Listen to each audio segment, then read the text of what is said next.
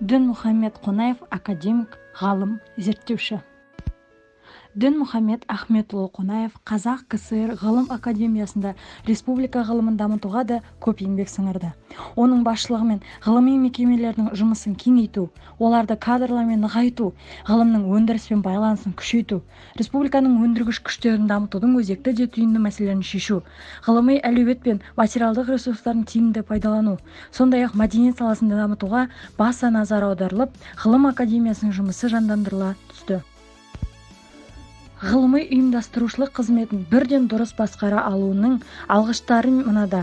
Ең алдымен оның білім мен ғылымға құштарлығы, өскен ортамен қалыптасу, баспалдақтары және жылдарының ықпалы. Дінмұхамед Қонаев ғылым саласына орасан зор қызмет етті.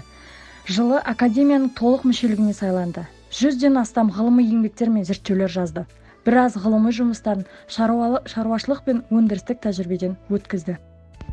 Өндіріс тиімділігін арттырумен қатар, жас ғалымдарды қолдай отырып, білім жүйесіне ерекше көңіл бөлді. Дінмұхамед Қонаев тағылымы, терең ой өрісі, кең білімдар адам болған. Ел президенті Нұрсұлтан Әбішұлы Назарбаевтың естелігінде Дінмұхамед Ахметұлы Қонаев Қазақстан тарихында ірі тұлға болып қалары даусыз дейді. 1978 жылы Кеңестік Қазақстан таңдамалы сөздері мен мақалдары, 1992 жылы «О моем времени», 94 жылы «От Сталина до Горбачева», «Ақиқаттан аттауға болмайды», «Өтті дәурен осылай», «Естелік эссе», тағы да басқа шығармашылықтары көп болды. Назарларыңызға рахмет.